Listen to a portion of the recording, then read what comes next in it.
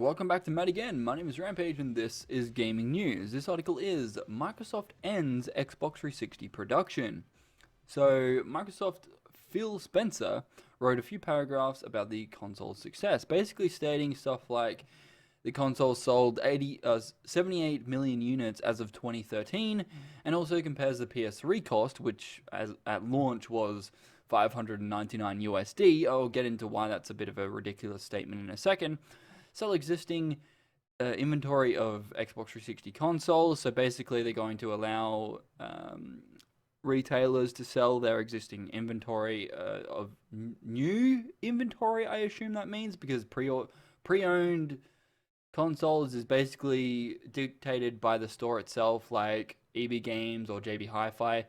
I've never really gone into a JB Hi-Fi and been like, I want to buy a pre-owned console, because they don't have pre-owned consoles on their website, or even in store as far as I'm aware. Like, they don't have them around. So I don't know how the hell you would go about doing that. But anyway, so they also mention the Xbox 360's various stores and online services will have continued support, which is great. It's good that they're not completely turning off the servers, because if they do that, everything you've bought on that store would basically become unusable, right? That is where an issue that I have with this whole online movement, right? Where if you have a console, you buy, like, say, 50 games on that console via the PSN or, the Xbox store, whatever, as soon as that service is switched off, there is no way for you to download those games or even get those games back. No, I don't know if that's a thing for Xbox One. I believe it is, but because I have a PS3 and PS4, this is probably a better analogy for me trying to understand the situation. So if I have, say, Killzone 3, Killzone 1 HD on PS3, I can't re-download those games on PS4. Which is a little bit, or even if there was a PS5, I couldn't re-download those previous games that I bought on the new system, which to me is really baffling. Because imagine if you've spent several $1,000s on games or previous gen games, and you find out that you can't play them on the new system, or you can't even re-download them on the new system, then transfer them over to your previous system. That would really piss me off, and it does piss me off. Because I've got two accounts. I've got one account that has a lot of like DLC and shit, and maybe a few games here and there. But my other account has like Dragon's Dogma Dark Arisen and all this other stuff for PS3. But I can't. There's no way for me to transfer them to the PS4 if Sony decides to completely cut off the PS3.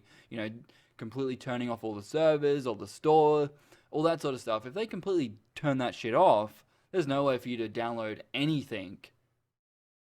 And that really scares me. But, whatever. Alright, so I'm going to go back to the statement where they compare the the PS3 cost when it first came out, which was 599 USD at the time, right? The reason why it was priced so fucking high for America was because of the Blu-ray price. The Blu-ray drive was really expensive when that console came out, so there was no fucking way that they could sell a PS3 at, say, $399. There was no way that they could do that. And at the time, the PS3 60 gig fat console in Australia was worth $1,000. So you can sit there and bitch and moan about that price all you want, America, but we in Australia was paying around $1,000, and in Australian dollars, that's fucking a lot of money. So you can sit there all you want, but that's fucking bullshit. We were both paying a lot of money for that system, right? So that's why I think that statement there was a bit, you shouldn't do that, because they both had completely different drives in them. The Xbox 360 didn't have a Blu-ray drive. The PS3 did. And at the time, or at the release of the PS3, the Blu-ray drive was fucking, most of them were around $1,000 here in Australia anyway. So the cheapest one I believe you could get at the time was $700 or $600 or $650 or something like that, which was like a really shitty fucking brand version. So even if the shit brand is worth that much, there's not really much you can do about it. That's because it was a new technology. That's yeah. But yeah, other than that, I hope that in Australia we still have, if they have new Xbox 360s, they still have them, to sell or whatever. They don't just send them back to Microsoft or whatever. That would really be annoying. But EB Games, I've noticed, don't sell any new Xbox 360s anymore, so I'm not sure how many there are floating around. But if you can get one, hopefully they will either decline in price, because if they increase in price because they're discontinued, yeah, then we're going to have problems. But yeah, let me know what you think about this. Do you think it's acceptable? Do you agree with it? Because personally, who's still buying a new Xbox 360, honestly? Like, pre-owned Xbox 360s, most of them, or a lot of them, are in pretty good nick. And, if I can pay $98 for an Xbox 360, I'd rather do that than spend $250 for a brand new Pro console. But I'm pretty sure they didn't still sell those new. So it would have been, what, a Xbox 360 Slim E, which was that slim version that didn't have the, like, beveled edges or whatever. That console, I think that was like 120 gigs. So I suppose paying $250 for that brand new would be fine, but I don't think it was. I think it was like $300 brand new. So yeah, I wouldn't want to spend that. I would rather buy a pre-owned version for, I think it was, hold on, Xbox 360 consoles. Okay, so the 500 gig Slim E in Australia is worth $178 pre-owned, or the one with the beveled edges, a 250 gig model, $138. So it's not really that bad. Yeah, or a 250 Slim E, $138. So it's basically the same, yeah, exactly the same price as the original Slim model. Interesting.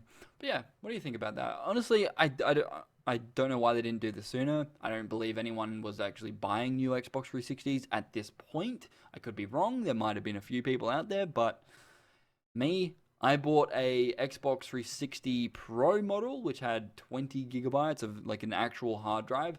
Now EB Games have decided on the fat models, they would remove the hard drive and give you a fucking shitty USB and call it the Xbox 360 Pro model with 32 gigabytes, or an Elite console, which I believe an Elite started at 60, 80, 120 gig or something like that.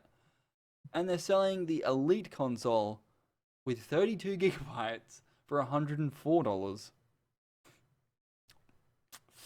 Yeah, that's a bit weird to me. But anyway, let me know what you think about it in the comments below. My name is Rampage. Please don't forget to rate, comment, and subscribe. I'll see you guys next time.